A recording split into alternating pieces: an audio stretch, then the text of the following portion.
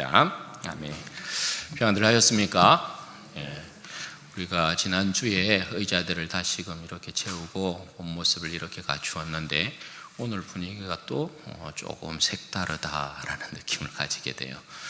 오늘 또 찬양할 때의 모습을 보니까 기쁨이 가득 찬 모습이어서 너무 감사하고, 우리 성도들의 가정들마다 또 개인의 심령들마다 하나님께서 부어주시는 기쁨이 가득 차기를 주님의 이름으로 축원드립니다. 세상엔 참 다양한 민족과 인종들이 살고 있습니다. 제각기 나라를 이루며 경계를 이루고 살아가고 있는데요, 나라만 해도 한 206개 정도의 나라가 등록되어 있습니다. 그 속에서 민족과 종족으로 나누면 사실은 더 많은 숫자가 되지요. 이렇게 많은 나라와 민족, 종족들이 존재하고 있지만 불행하게도 나라와 나라, 그리고 민족과 민족, 종족과 종족, 그리고 인종과 종족, 개인과 개인 사이가 평화하지 못하다라는 것입니다. 세계의 역사가 전쟁의 역사라고 할 만큼 인류의 역사는 수많은 전쟁 가운데 살아왔던 것을 우리가 볼 수 있습니다. 서로 미워하고 정오하고 시기하고 질투하고 결국은 전쟁을 통해서 죽이든지 살리든지 그러한 이제 수많은 일들을 일으켰던 그런 인류의 역사입니다. 여러분, 왜 세상은 평화하지 못할까요? 왜 개인과 개인의 사이는 평화하지 못한 것일까요? 어떻게 보면 이 질문 자체가 잘못되었다라고도 할 수 있겠습니다. 왜냐하면 하나님을 떠난 인류에게 있어서 미움과 정오, 서로를 죽이고 죽는 전쟁의 역사는 당연한 것이기 때문이라 할 수 있는 것이죠. 왜 이 일이 당연한 것이냐? 여러분, 아담이 하나님 앞에 죄를 범할 때 그 근본적인 원인이 무엇이었습니까? 그 근본적인 원인은 교만함이었던 것이죠. 교만함의 정체는 여러분 무엇이었습니까? 하나님과 같이 되려는 것이었잖아요. 따라서 인간의 근본적인 죄성에는 하나님처럼 높아지려는 교만함이 자리 잡고 있습니다. 그리고 이 교만함은 자신의 행복과 영광의 모든 초점이 모아지기 때문에 자신에게 굴복하거나 복종하지 아니하면 옆에 평화를 두지 않는 법이지요. 밟아서 굴복을 시키든지 죽여서 없애버리는 것입니다.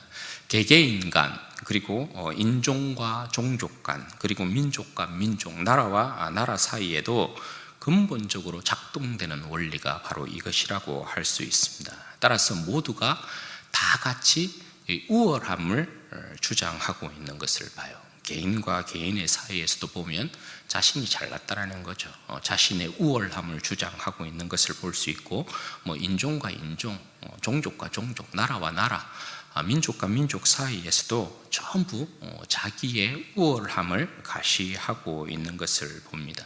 그래서 모두들 이렇게 외칩니다.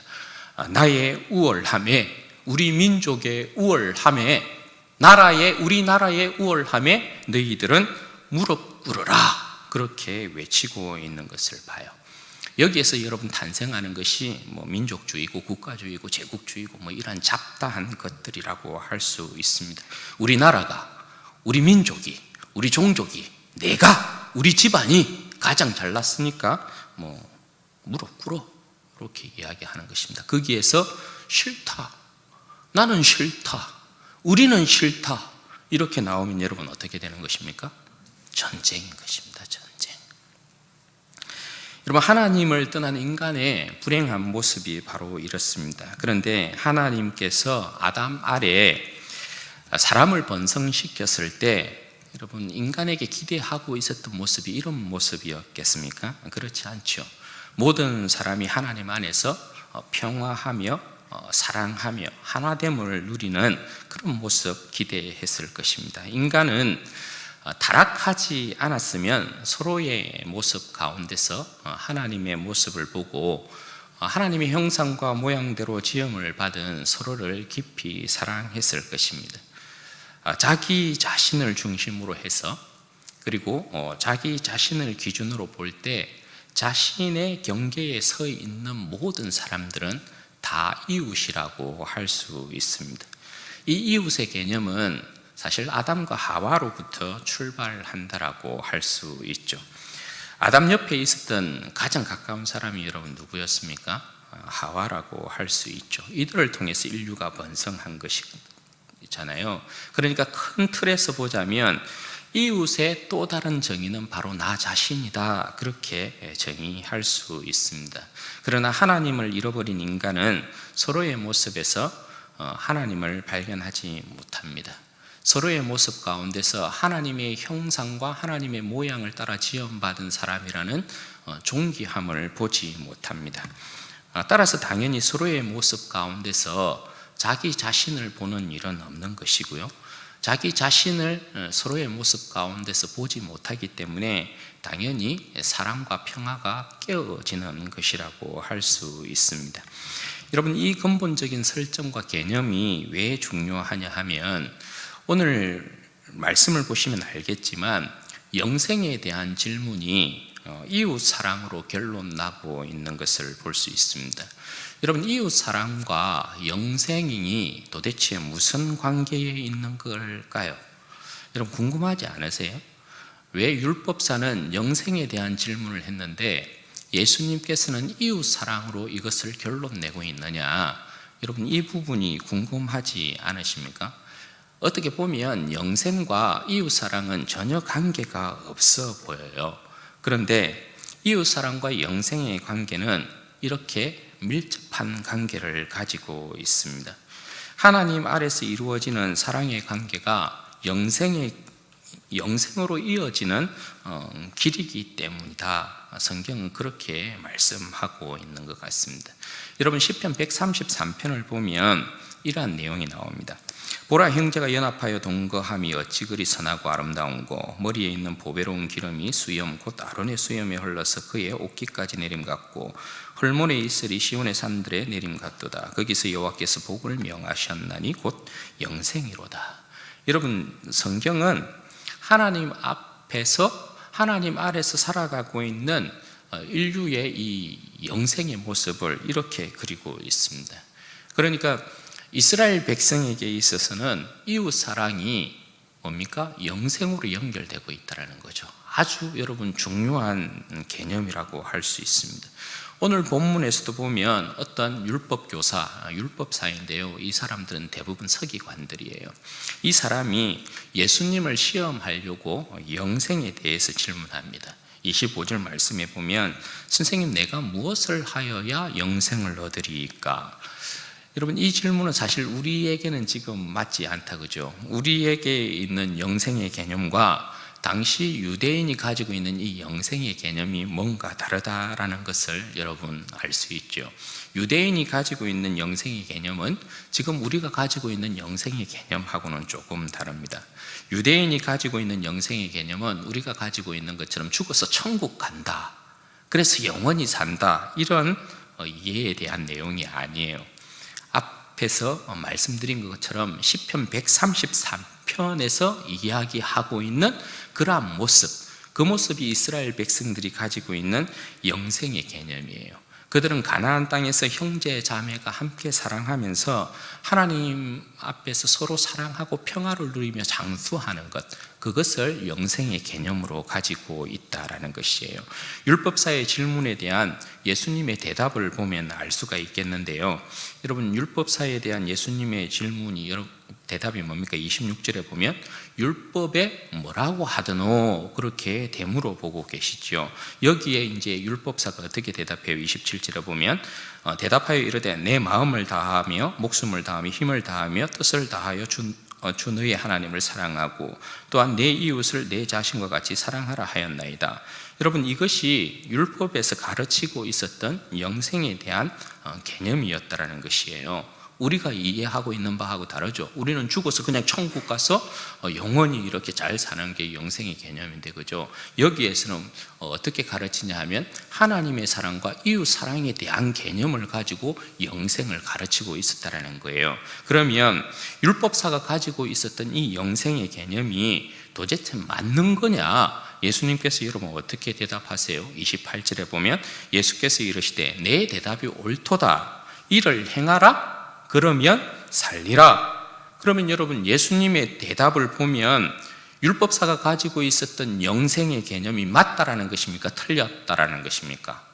맞다라는 것이죠. 이를 행하라, 그러면 살리라.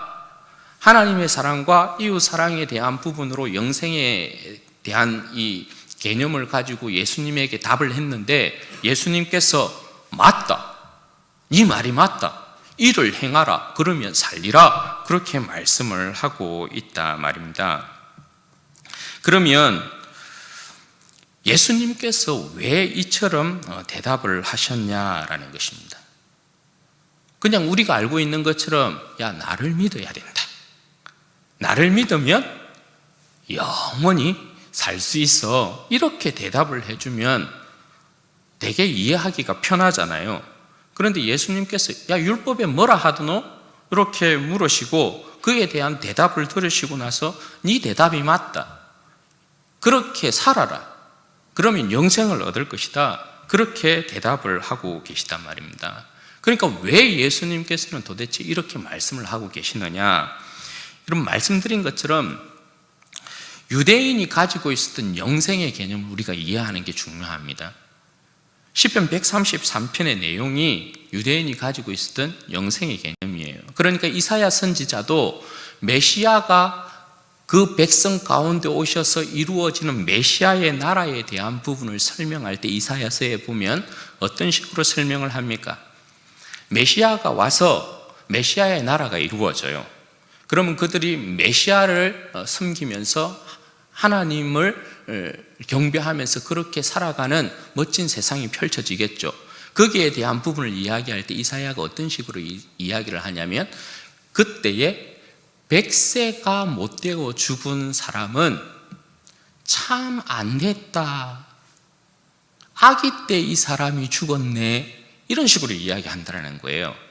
그러니까 그들에게 펼쳐지는 영생의 나라는 창세기 5장에서 이야기하고 있는 것처럼 사람이 그냥 기본적으로 900년, 1000년 사는 건 기본이라는 거예요. 100세 때 죽으면 아이고 참 안 됐다, 어찌 장수도 누리지 못하고 이렇게 저주받아 죽는 삶을 죽었는고, 이런 식으로 생각을 한다는 것입니다. 저들은 영생의 개념이 이런 거예요. 메시아가 오면 모든 이방인들을 다 굴복시켜, 그리고 메시아 안에서 자기들은 평화와 장수의 복을 누릴 것이에요. 질병도 없어요. 하나님 아래서 그야말로 무병장수하는 복된 삶이 펼쳐진다. 형제 자매가 함께 어우러져서 그렇게 살아가는 삶, 그것이 그들이 가지고 있는 영생에 대한 개념이다라는 것입니다. 그러면 왜 이 질문이 예수님에 대한 율법사의 시험이냐? 여러분, 율법사가 볼 때 지금까지 예수님은 율법에 따라서 그 백성을 가르치지도 않았고 행동하지도 않은 것처럼 보였어요. 율법사의 눈에 보면, 왜냐하면 지금까지 예수님께서 쭉 이렇게 행하신 행적들과 가르침의 내용을 보면 뭔가 모세를 부인하는 것 같고 안식일을 지키지 아니하고 행하는 그런 이제 모습들을 보면 저분은 우리가 기다리는 메시아가 아니라는 거예요. 세리와 죄인들을 불러서 먹고 마시고 가까이 하고 뭔가 우리가 기대하는 메시아하고는 다르다 생각했지요. 그래서 저들이 간절히 기대하고 있는 그것, 곧 메시아의 나라에 대한 이 질문을 던져서 이분이 정말 바른 대답을 하면, 자기가 이해하고 있는 메시아의 나라에 대한 부분을 이야기해 주면 이분이 메시아인가 보다 이렇게 생각할 수 있겠죠. 그런데 이 사람이 자기가 이해하고 있는 영생의 나라, 메시아의 그 나라에서 이루어지는 영생에 대한 개념을 잘못 설명하면 뭐예요? 우리가 기다리는 메시아가 아니라는 것이죠. 그렇게 해서 확정을 하려고 하는 것이죠. 그런데 예수님께서 여러분 어떻게 이야기합니까? 자기가 알고 있는 영생에 대한 개념을 그대로 맞다, 그렇게만 행하라, 그러면 영생의 나라에서 네가 영원히 살 수 있을 것이다, 그렇게 대답을 하고 있단 말입니다. 그러니까 이 율법사가 예수님이 메시아 맞는 것 아닌가? 그렇게 생각할 수밖에 없는 것이죠. 그런데 여기서 율법사가 끝나지 않고 한 번 더 자신을 이렇게 이제 옳게 보이려고 예수님께 한 번 더 질문을 던져요. 29절에 보면 그 사람이 자기를 옳게 보이려고 예수께 여짜오되 그러면 내 이웃이 누굽니까? 지금 율법사가 던진 질문이 보면 초등학생보다 못한 질문을 던지는 거죠. 내 이웃이 누굽니까? 이건 율법사가 절대 물어봐서는 안 될 질문이에요. 초등학생도 다 알고 있는 질문이기 때문에 답이기 때문에 그래요. 율법사가 이렇게 이제 묻는 이유는 뭐냐면 자기 자신을 좀 뽐내고 싶어서 그런 거예요. 내 이웃이 누굽니까? 자기는 사실 자기들이 알고 있는 이웃의 개념에서 이 율법사는 모든 것들을 다 그렇게 행한 사람인 것이거든요. 그래서 율법사가 이렇게 물어본 건 당연히 예수님으로부터 들려야 되는 대답이 뭐예요? 이웃에 대한 질문을 던졌으니까 네 형제, 네 자매, 아브라함의 모든 자손이 유대인이 내 동족이 네 이웃이다. 요 대답이잖아요. 이 대답을 기대하고 있는 것이란 말입니다. 왜냐하면 이스라엘에게 있어서 이웃의 개념은 유대인, 자기 동족을 이야기하는 것이지 자기 동족을 넘어선 이방인을 두는 이웃, 이방인을 생각하는 이웃, 이런 개념은 없어요, 유대인들에게. 그러니까 당연히 예수님께서 네 동족, 네 유대인이 네 이웃이지, 이렇게 이제 대답이 나와야 된단 말입니다. 그런데 예수님께서 하나의 이제 비유를 들면서 자기들이 알고 있는 이웃에 대한 개념을 완전히 박살을 내버리는 거예요. 예수님께서 비유를 통해서 이웃에 대한 정의를 다시금 내려주고 있어요. 오늘 이 내용이 오늘 말씀에서 굉장히 중요한 부분이라고 할 수 있습니다. 여러분, 예수님께서 비유로 말씀하신 이웃의 새로운 정의는 율법사에게 대단히 이제 껄끄러운 내용이 됩니다. 율법사가 아마 이게 도대체 뭐지? 이런 식으로 이제 생각을 했을 것이에요. 왜냐하면 자기들이 가장 싫어하고 혐오하는 사마리아인을 주인공으로 내세워서 주님께서 새로운 이웃에 대한 정의를 말씀하고 있기 때문에 그래요.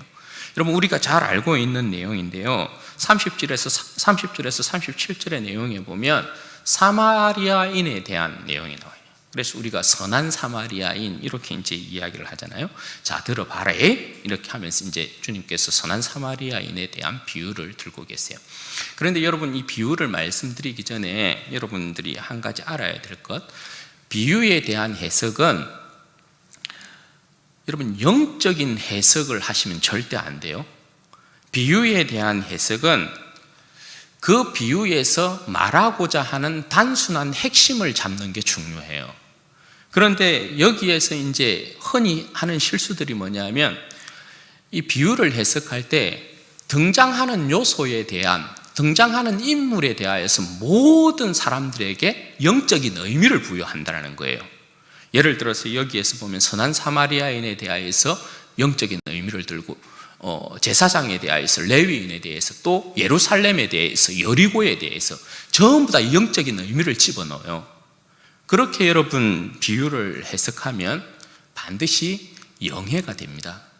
그렇게 되면 단순한 비유를 통해서 핵심을 전하고자 하는 그 핵심이 사라지게 되어 있어요. 그러니까 비유를 여러분 해석할 때는 등장인물에 대한, 등장 요소에 대한 부분에 있어서 모든 영적인 의미를 여러분 가미해서 해석하면 절대 안 돼요. 여기에 예수님께서 선한 사마리아인에 대한 비유를 하실 때는 아주 단순한 내용입니다. 여러분 한번 들어보십시오. 어떤 사람이 예루살렘에서 여리고를 내려가다가 강도를 만났어요. 그 강도를 만나서 여러분 어떻게 되었습니까?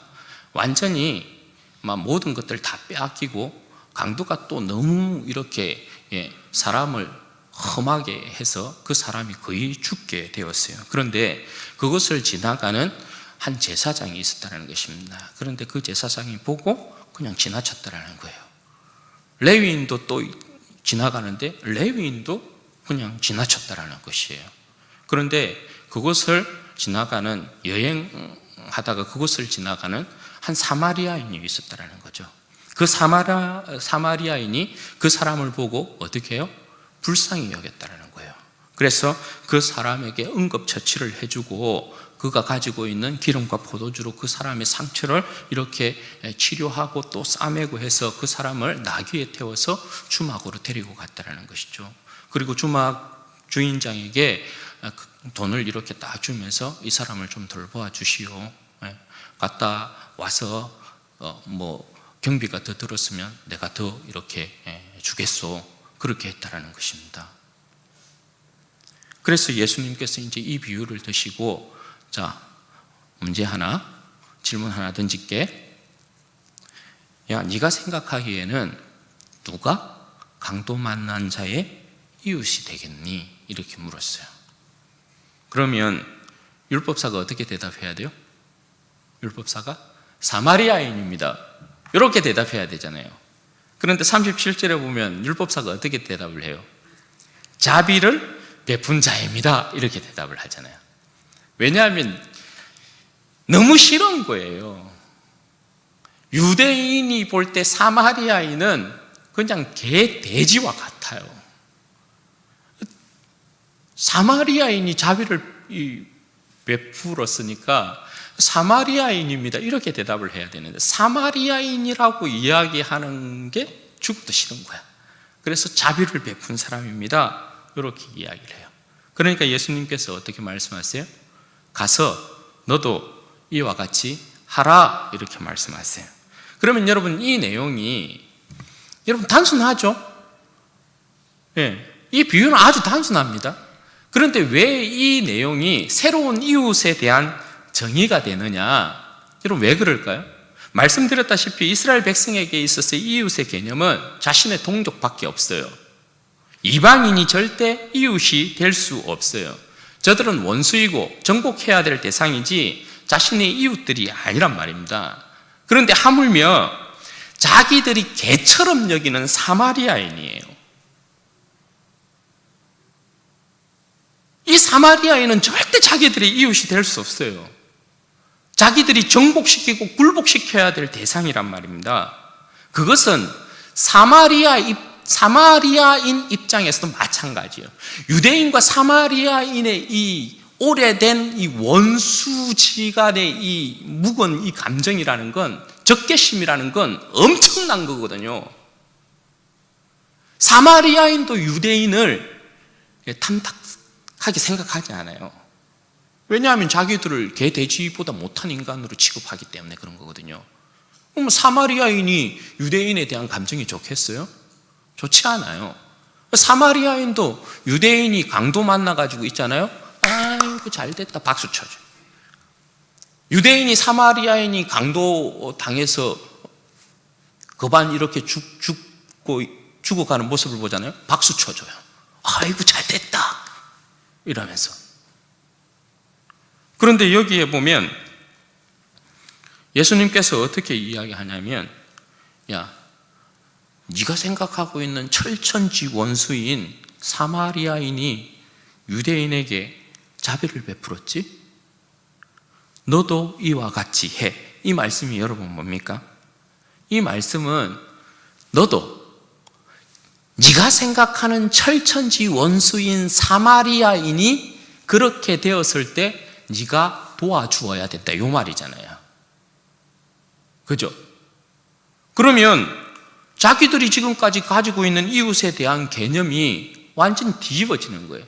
아니 사마리아인이 원수가 그렇게 당했으면 그냥 박수 쳐야지 왜 그 사람을 도운단 말입니까? 그건 있을 수 없는 일이거든요. 그런데 예수님께서 너도 이와 같이 하라 이렇게 말씀한단 말입니다. 너도 입장 바꿔서 사마리아인이 그렇게 강도 만나서 죽어갈 때 너도 그 사람 도와줘야 돼. 이렇게 지금 주님께서 말씀하신단 말이에요. 이게 율법사에게는 충격적인 것이죠. 지금까지 저들은 이방인은 원수야. 때려 죽여야 돼. 그 중에서 사마리아인은 더한 놈들이야. 그들은 개 돼지보다 못해. 굴복시켜야 돼. 정복해야 돼. 뭐 이런 개념이거든요. 그런데 전혀 자기가 생각하고 있지 못한 너도 가서 이와 같이 해줘야 돼. 사마리아인이 그렇게 당했으면 너도 이와 같이 도와줘야 돼. 그러니까 이 말씀은 뭐냐면 네가 지금까지 생각했던 원수, 그 사람도 너의 새로운 이웃이야. 이렇게 예수님께서 말씀하고 있어요. 그러니까 이게 새로운 이웃에 대한 정의예요.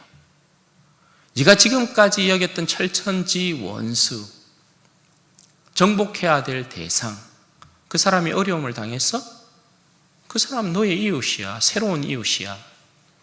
지금까지 그들이 가지고 있었던 이웃에 대한 개념을 예수님께서 완전히 깨고 있는 것입니다. 주님의 나라에서는 이전까지 저들이 가지고 있었던 이웃의 경계를 완전히 허물어 버리는 것입니다. 이제 더 이상 같은 동족만이, 유대인만이 저들이 사랑해야 될 이웃이 아니라는 거예요. 이제 더 이상 저들이 혈육으로만, 그리고 할례 받은 백성들만 생각했던 그런 이웃에 대한 개념, 그런 것은 더 이상 없다라는 것입니다. 주님의 나라에서는 민족과 민족, 나라와 나라, 종족과 인종을 초월하여 모두가 뭐라는 거예요? 사랑해야 될 이웃이다, 이렇게 말씀하는 거예요. 누구든지 그 사람이 그들이 생각하고 있었던 원수였더라도 누구든지 강도를 만났으면 그 사람에게 자비를 베풀어 주어야 한다, 이렇게 말씀하고 계세요. 이것이 여러분 뭡니까? 이것이 주님께서 십자가에서 이루시고자 하는 영생의 나라의 모습이에요. 모든 인류가, 나라와 민족과 종족과 모든 것들을 다 뛰어넘고 한 하나님 아버지를 모시고 한 주 예수 그리스도를 섬기며 성령 안에서 모든 사람들이 평화한,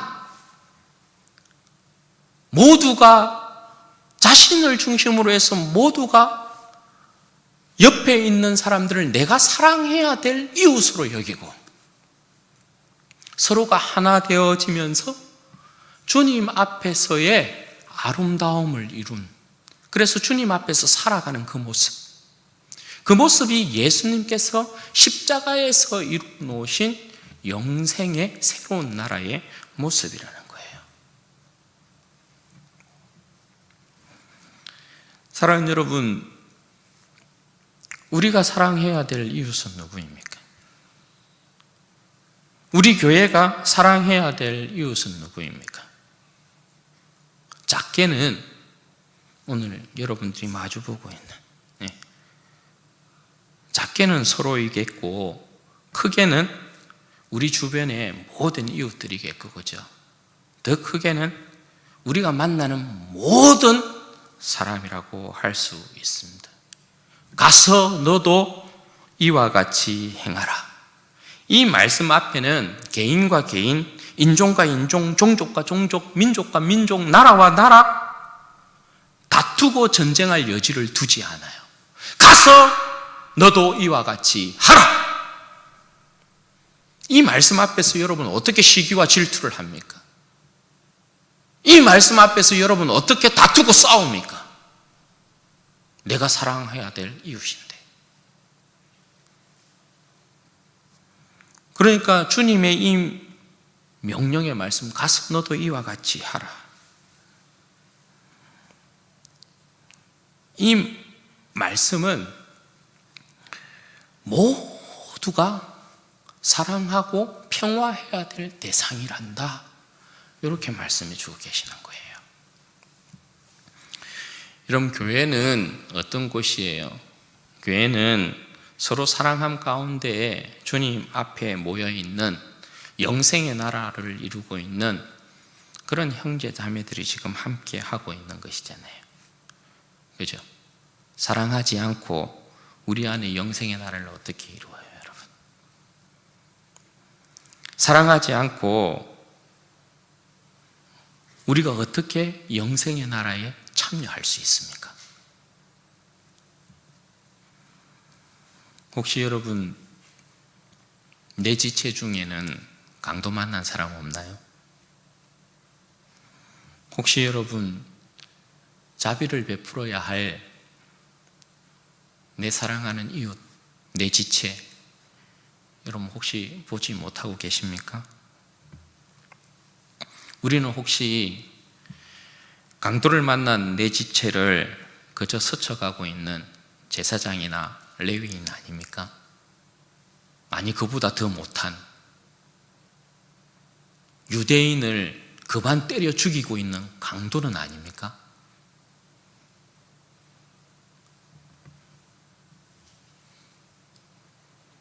그래서는 아니 되죠. 형제 자매를 시기하고 질투하고 미워하고 음해하고 강도보다 못한 거예요. 영생의 나라에는, 영생의 나라를 이루고 있는 교회에는 그런 일이 있으면 안 돼. 전부 다가 사랑해야 될 대상이야.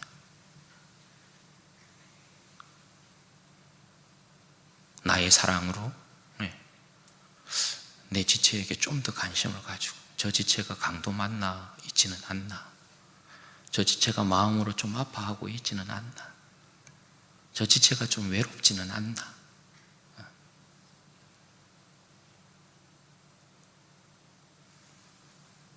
보니까 여러분 그렇더라고요. 세상을, 이 죄악된 세상을 사는 것 자체가 쉽지가 않으니까 100이면 100. 우리 안에도 마찬가지입니다.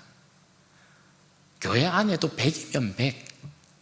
다 자기 안에 강도 만나서 이렇게 다 이렇게 저렇게 다치고 상하고 아프고 그런 마음들이 다 있어요. 사람들이 여러분 전부 다 그런 마음 가지고 있어요. 없는 사람 없어요. 좀 어떻습니까? 그냥 우리가 지나가는 말로 물어보면 아이고 잘 지냅니다, 잘 삽니다 이러지만 진짜 좀 더 들어가서 속마음 이야기 이렇게 나누기 시작하는 거죠. 자기 안에 있는 수많은 아픔들이 있어요. 위로 받고 싶은 그런 마음들이 있어요. 여러분들 다 그러시죠? 다 그렇다니까요. 저도 그렇다니까요. 다 그래요. 그런데 거기에다가 소금을 때리 부으면, 상처난 마음에다가 소금 때리 붓고 막 악한 말로 막 이렇게 막 상처 주고 그러면 돼요? 안 된단 말입니다. 그러면 형제의 연합과 동거가 어찌 그리 선하고 아름다운고, 이런 모습을 만들어야 된단 말입니다. 교회는 누가 누구에 대한 어떤 저런 이런저런 이야기 나쁜 이야기 야야 그러면 안 된다, 그 사람 아프다 이렇게 말해 주셔야, 그 사람 위로해 줘야 돼. 그 사람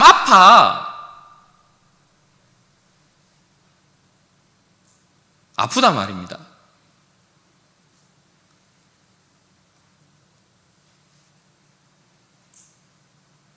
여러분 우리가 영생의 나라를 이루고 있는 이 교회가 형제 자매의 이 동거의 아름다움을 주님 앞에 보이지 못하잖아요. 그건 정말 주님 앞에서의 부끄러움인 거예요. 정말 주님 앞에서의 부끄러움이 돼요. 우리 안에서 먼저, 저는 좀 교회가 그랬으면 좋겠거든요. 다 부족하고 다 연약하고 다 이런저런 허물들이 있고 그렇잖아요. 완전한 사람이 어디 있습니까, 이 세상에. 그래서 많이 상처받고, 이 세상에는 완전한 사람이 있다 하더라도 그 사람은 이런저런 시기 질투 가운데 상처받고 이래요. 그러면 좀 우리가 그렇게 좀 우리 안에 있는 예수님의 사랑을 가지고 좀 덮어주고 안아주고 이해해주고 우리가 좀 더 힘을 보탭시다. 이렇게 해서 그런 좀 아름다움 좀 만들어 가면 안 돼요? 그런 아름다움이 우리 가운데 흘러 넘쳐서 막 내 형제 자매 때문에 힘을 받고 이러면 그게 자연스럽게 여러분 어떻게 돼요? 그 행복이 내 가까이 사는 이웃들에게도 이렇게 막 넘어가는 거죠. 그죠? 세상에 상처받고 와서 교회 안에서 치유되고 그것도 치유받은 이 마음으로 막 이렇게 흘러가는 거예요. 저는 우리 교회 성도들이 가지고 있는 아름다움 가운데 그런 모습 봐요. 이렇게 힘들고 어려울 때 어떤 연합회는 말입니다. 어떤 사람들은 이런 모습 가운데 강도받는 내 형제가 없나, 자매가 없나 생각하고 자기들이 이렇게 저렇게 조금 모아가지고 그래도 조금 힘이 되었으면 좋겠다 하고 이렇게 조금 목사님이 이걸로 이렇게 좀 해주시면 좋겠습니다. 형제를 도와줬으면 좋겠습니다. 자매를 도와줬으면 좋겠습니다. 이런 분들이 있어요. 예. 그런 마음들을 가지고 있는 분들이 많단 말입니다. 예. 우리가 잘하고 있는 것이니까 어떻게 해요? 더 잘해야 되죠. 더. 예. 그런 아름다운 마음들이 풍성해야 돼. 예. 아름다운 사람들이 풍성해야 돼. 그래서 우리 주님께서 이렇게 딱 볼 때에 진주원의 교회를 보니까 이 예수님 안에서 영생하는 이 백성들의 모습을 보니까 내 자녀들의 모습을 보니까 주님의 마음이 너무 기쁜 거예요. 흡족한 거예요. 그냥 너희들 정말 잘하는구나. 그런 칭찬 받아야 되죠. 예. 그래야만 우리의 삶 자체가 막 교회에서 힘을 받고 사랑의 그 힘이라는 게 여러분 얼마나 강합니까? 예? 사랑의 힘이라는 건 죽은 자도 살리잖아요. 그런 힘을 좀 받으면서 우리가 세상 가운데 나아가서 또 세상 가운데서 이렇게 저렇게 힘들게 강도 만나서 쓰러진 사람들 복음 들고 그죠? 복음의 기름과 포도주 가지고 그 사람들 붓고 상처 싸매주고 그렇게 살려내야 되는 것이죠. 여러분 우리가 선한 사마리아인 되어야 돼요. 여러분들은 지금부터 내가 선한 사마리아인이다 이렇게 생각하셔요. 그렇게 생각하시면 틀림없어요. 그래서 여러분 눈을 이렇게 들고 잘 보십시오. 누가 내 형제 자매 중에 누가 강도 맞는 사람인가? 내가 누구에게 내가 가지고 있는 기름과 포도주를 부어 가지고 상처를 싸매어 줘야 되는가? 그걸 여러분 생각하십시오. 주님의 나라에서 여러분 주님의 나라에서는 새로운 이웃에 있어 어떤 경계도 없어. 나라, 민족, 종족, 인종, 개개인 모든 경계를 다 뛰어넘어요. 여러분 오늘 주님께서 원수지간에 철천지 원수지간에 그 이웃에 대한 경계를 허물었더라면 허무셨다면 말이 잘 안 되네. 허무셨다면 이런 모든 우리에게 있어서 나를 중심으로 해서 모든 사람은 내가 사랑해야 될 이웃이라는 것. 여러분 꼭 기억하십시오. 그래서 주님께서 바라시는 영생의 나라 우리가 힘써 이루어야 합니다. 형제연합의 동거의 그 아름다움 교회는 반드시 그렇게 이루어야 되고 또 내 삶 자체도 그런 모습을 반드시 이루어야 돼요. 그래서 우리 사랑하는 모든 진주원의 교회 성도들이 한 사람 한 사람이 정말 선한 사마리아인 되어서 내 입술에서 남을 폄훼하거나 시기하거나 미워하거나 악하게 평가하는 일 없도록 하십시다. 그리고 그냥 사랑하고 이해하고 용납하고 포옹하는 그런 넓은 마음들로 선한 사마리아인으로 여러분 한 사람 한 사람이 서게 되어져서 우리 진주원의 교회가 정말 주님으로부터 인정받고 또 여러분의 그 너른 품들이 우리 주변의 이웃들을 계속해서 안아가심으로 말미암아 정말 우리 주님께서 원하시는 그 모든 사람들을 다 품어내는 영생의 나라 그 아름다운 나라 만들어서 주님 앞에 영광 돌리는 복된 하나님의 자녀들 되시기를 주님의 이름으로 축원드립니다. 같이 기도하십시다. 여러분 이 시간에 기도할 때 그렇게 기도해. 하나님, 제가 선한 사마리아인 되어서 예수님의 사랑으로 내 형제 자매 이웃들 넉넉하게 품어낼 수 있는 인생 될 수 있도록 도와주시고, 영생의 나라 일구는데 부족함이 없도록 도와주십시오. 사랑하지 않고서 영생의 나라 만들 수 없어요. 사랑에 참여하지 않고서 영생의 나라 만들 수 없어요. 하나님, 내 자신이 그러한 인생 되게 해주시고, 하나님 우리 교회가 그런 영생의 아름다운 나라 만들어낼 수 있도록 도와주시고, 또 우리 교회가 모든 이웃을 품어내는 영생의 나라 될 수 있도록 우리 하나님 복을 주십시오.